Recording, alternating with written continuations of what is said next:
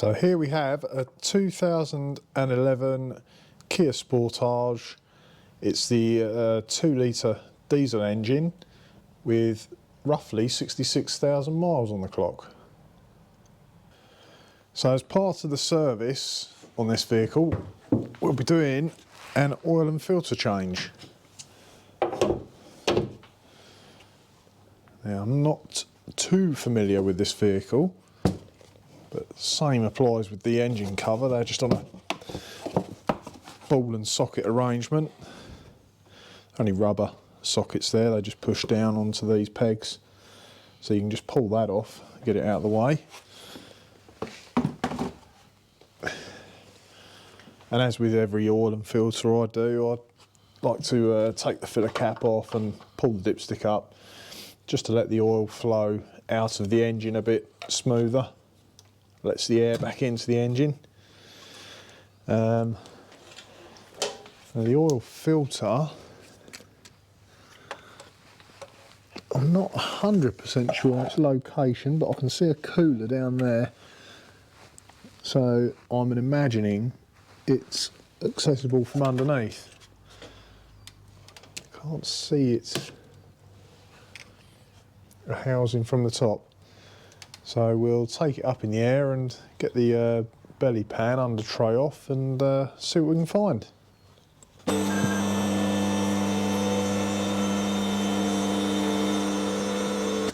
Right, so to access the sump plug and hopefully the oil filter, because I haven't located it yet, I'm going to take this plastic belly pan under shield off. It's got a few different types of fitting, plastic screws and 12mm bolts. So I'll start by getting these plastic fittings out and then move on to the bolts.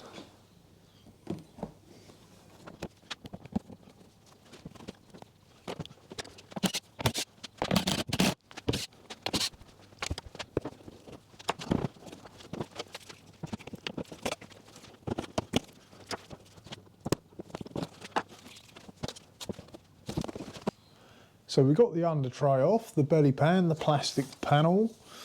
Now you can see the sump. Here's the plug we need to remove to drain the oil down.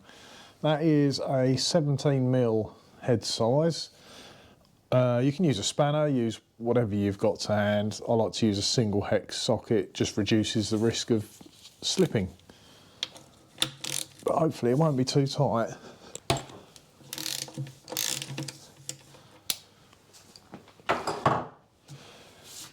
Now it's fairly warm, that engine. Hotter the engine, the faster the oil will come out, so make sure you're ready with your bucket or drain pan, whatever you're using. Hopefully it won't splash everywhere.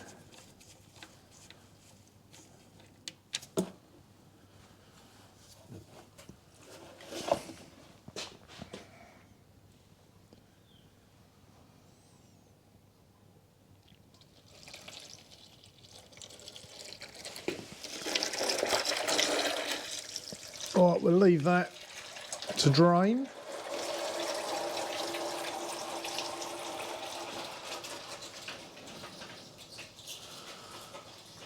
As you can see, I've got my best baking tray out. I'm not too sure that the oil drainer is going to catch this. I could just wait and put the sump plug back in there and slide the oil drainer over, but I'm being a bit impatient. So on the oil filter housing, this is your plastic housing here that screws up into this aluminium part.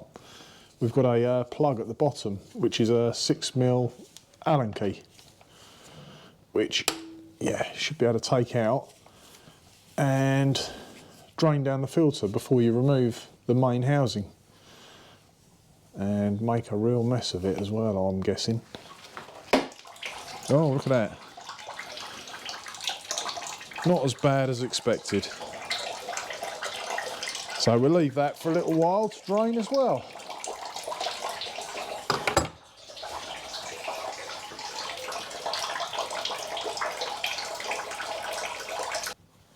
Right, so that's moved to a slow and steady drip now.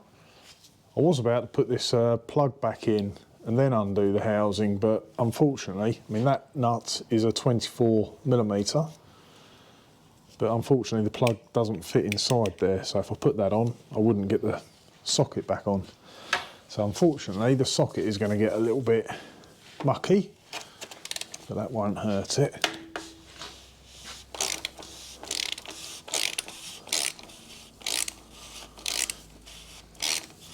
Just got to be ready, because there might still be oil dripping out everywhere once this is removed, even though it's drained down.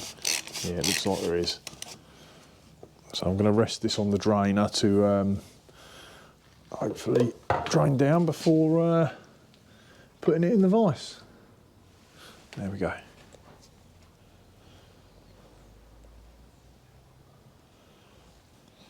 Right, so I've got the housing done up in the vise just to make it a little bit easier to show what's going on, really. So this filter, you should be able to twist and wriggle that off. That's it.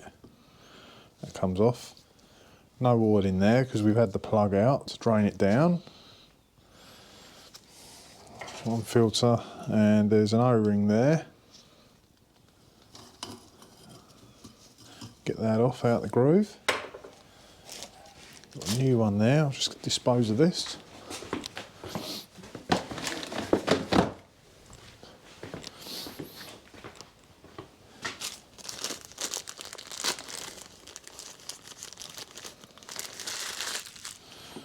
So we get that back into the groove that it came out of.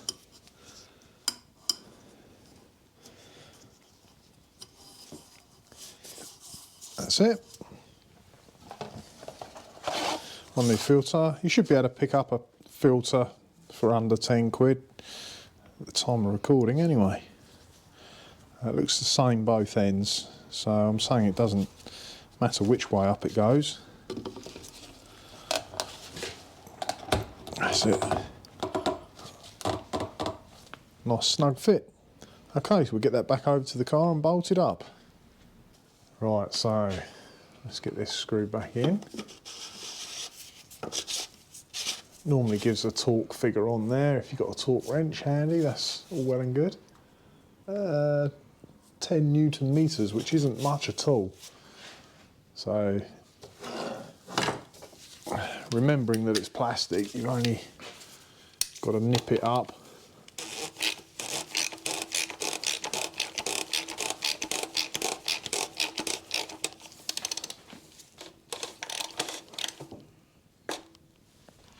That should be fine. And we have the drain plug to go back in. That's got an O-ring seal on it. It's probably worth checking that. It looks fine. Hasn't got any splits or anything in it.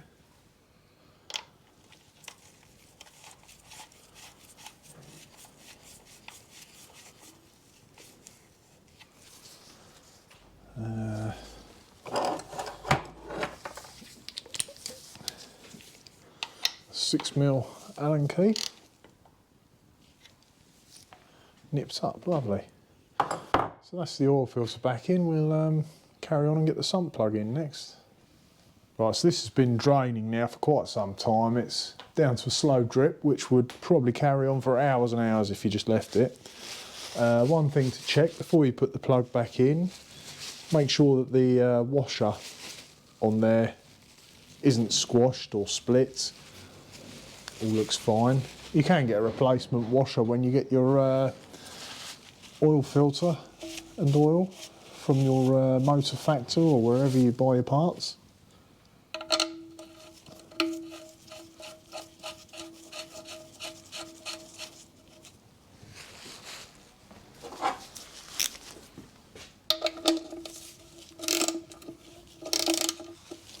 Again, make sure it's tight, but you don't have to go too mad. Nip that up.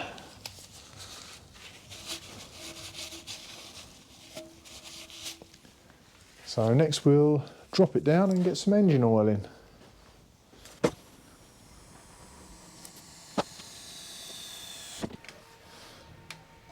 Right, so this is in fact the second jug of oil. When I went to the motor factor's outlet, to get the parts, gave them the reg number. They can look up, you know, what specific oil you need for your particular engine. There are so many different grades on the market, so many different manufacturers. Now I was told this engine actually holds roughly 8 litres, which is a lot of oil. So I'm just going to go with about 7.5 litres and run it up and see where we are on the dipstick. It does seem a lot of oil, which also means it's going to be quite expensive. A 5 litre tub, you're looking roughly £50 at the time of recording this anyway. Obviously you can buy single litres, but they're a little bit more expensive, so you may be as well just to buy 10 litres and have a couple spare for topping up if needed. Right, so that's 7.5 litres in there now.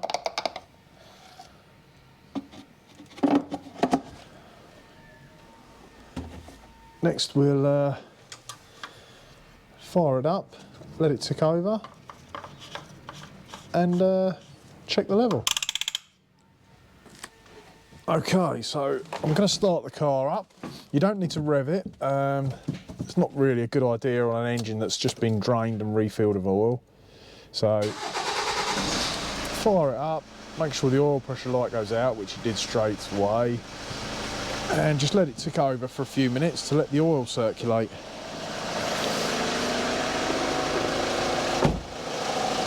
Well, not even a few minutes really. I'm sure that will be long enough. That sounds good. So we'll switch it off there. Now we need to let it stand for 3 or 4 minutes just to let the oil settle down. We'll check it on the dipstick and see where the level's at. I mean, hopefully it will be between the minimum and maximum. The reason I didn't put 8 litres in, one, that sounds an awful lot for an engine, and two, if that isn't correct and I overfill it, it means crawling around underneath again and draining some off. So I always prefer to go a little bit less than recommended and then just top it up in dribs and drabs and keep checking it until we get as near to the maximum as possible. Right, so I've got the dipstick here. I've given it a clean off. You can see the L for low and the little knob sticking out there, and again another little bit sticking out the top, and F for full, I assume. So that's stood now for 3 or 4 minutes, settling down. I'm hoping it's going to be somewhere between the two.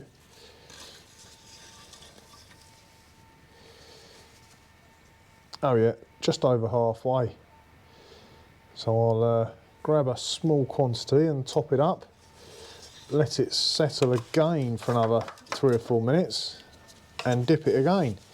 And really you just need to keep repeating that process, take your time until it's as close to the maximum as you can get without going over it, preferably.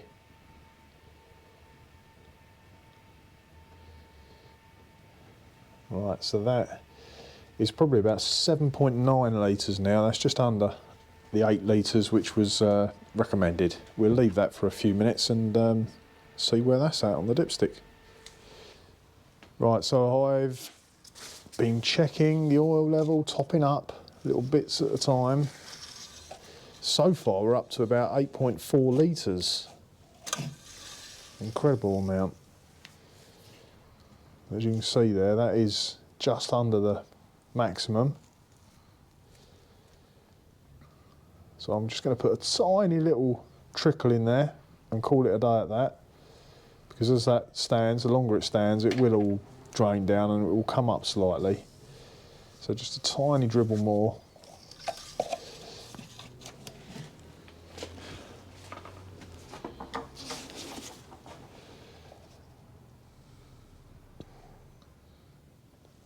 I think that will do.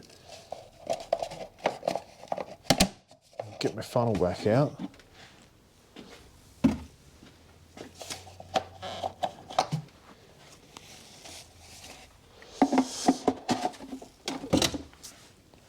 Get this this cap back on. Dipsticks back home. Engine cover. So that's got the ball and socket arrangement.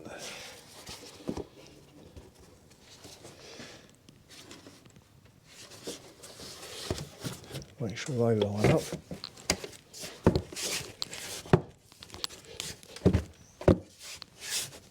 That's it.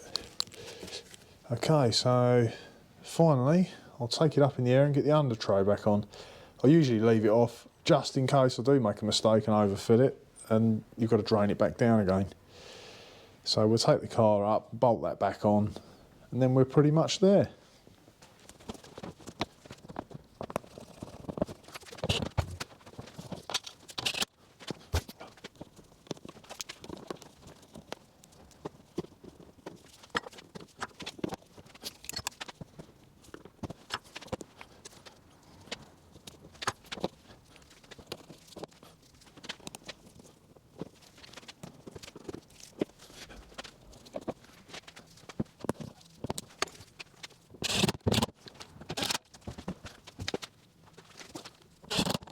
So that's the belly pan refitted. All that's left to do is drop it down, run it around the road, bring it back in and make sure there's no leaks. There's a few small inspection holes in this pan so you can look up and get a good idea. Thanks for watching. If you find our videos helpful, please hit like and subscribe to help us out. Nice one.